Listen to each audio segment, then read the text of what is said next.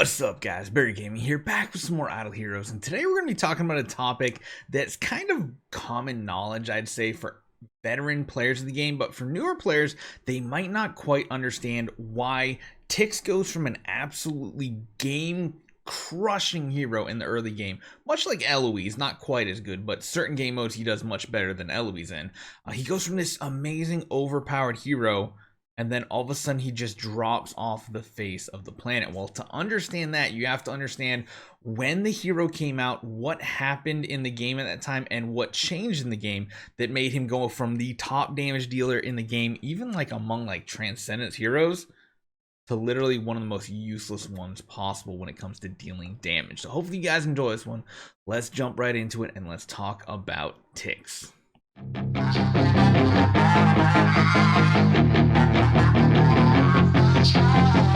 So let's jump over and take a look here at his abilities. We jump to Tix here, and mainly what you want to take a look at, the big amazing attack. Usually you ran energy on this hero, Soul Explosion. The active skill reads, deals 800% attack damage against 4 random enemies, dealing extra damage by 800% of the target's attack.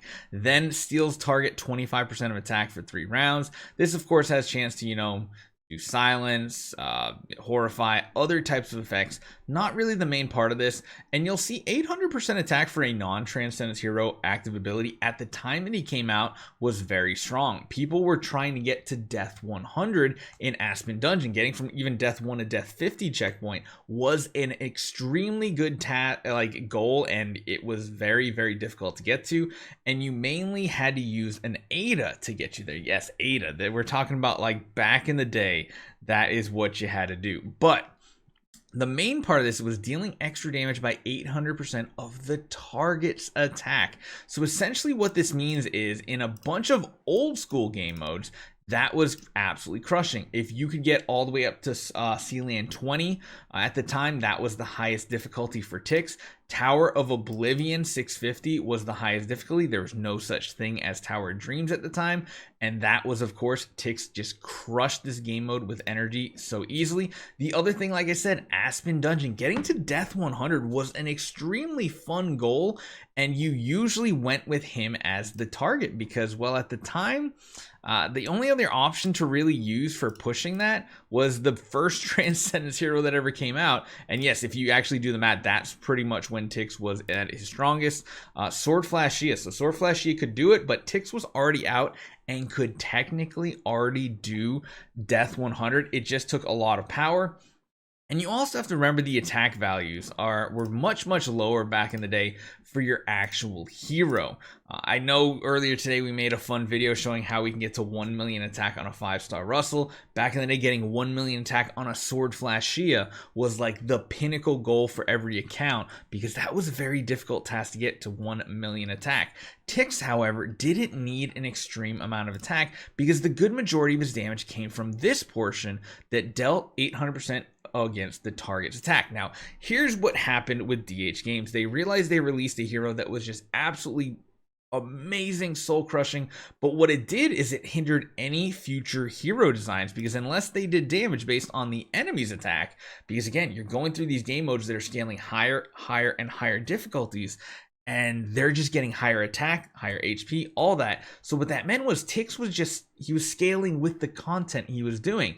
Even if you don't make a single upgrade to Tix, if you go from like, you go from Valiant in Void Vortex and then you upgrade to Defier, the enemies are getting stronger, the enemies are getting tankier, but Tix is just doing more damage without changing anything on him because he's doing more damage. Now what they did was essentially every single game mode, they had to change the way the stats on enemies went.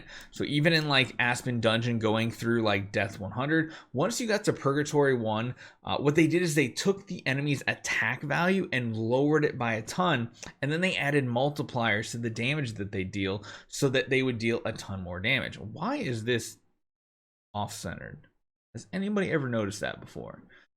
Anyway, but they did that in a ton of game modes. They did it in Sealand 21 plus, so from 21 all the way up to 30, the enemies have very low attack values. Now, that doesn't mean they're not dealing a ton of damage, because as you guys have seen from all our content, all these game modes do really pack a punch. They do a ton of damage. So it's not like they're not, but what they did is they changed them from just having a high attack value that meant they do a lot of damage to other ways of doing it.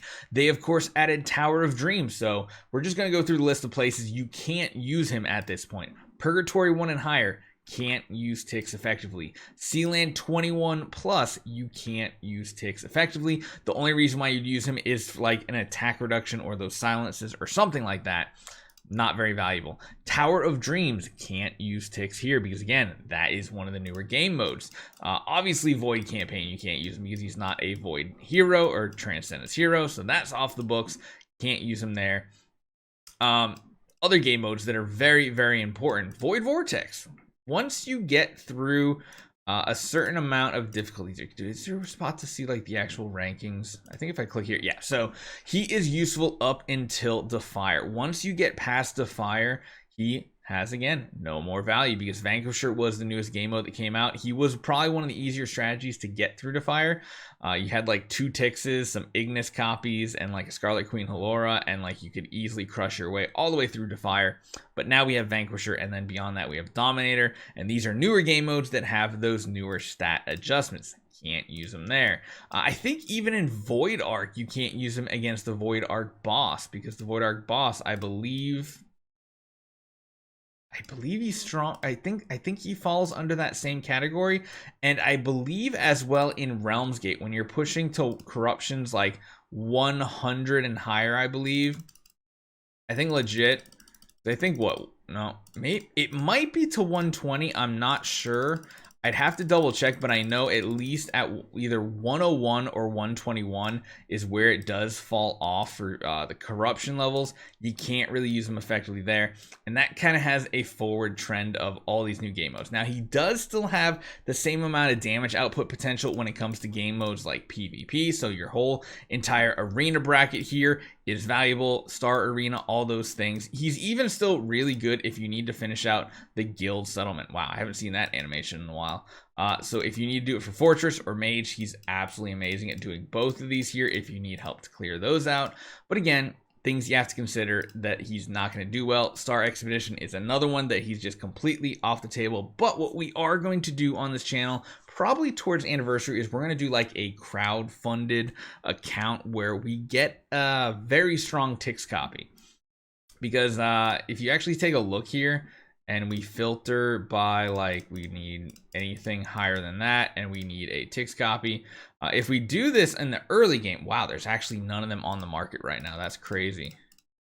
Can't believe it. There's absolutely no Tix on the market with Giant Killer. Well, that's something we are going to do. We're going to find a Giant Killer Tix copy at the time, hopefully. Maybe the next time a Soul Awakening session comes out, we'll try doing it, and that will be really cool because I do want to show the extreme power of a Tix in the early game, especially nowadays when you can use like a melodic strings on him as well and give him a crazy round 1 active with 50% all damage dealt bonus and holy damage and attack and all that fun stuff. So hopefully you guys enjoy this one. That is why Tix used to be so meta, and now he has completely fallen off the face of the planet.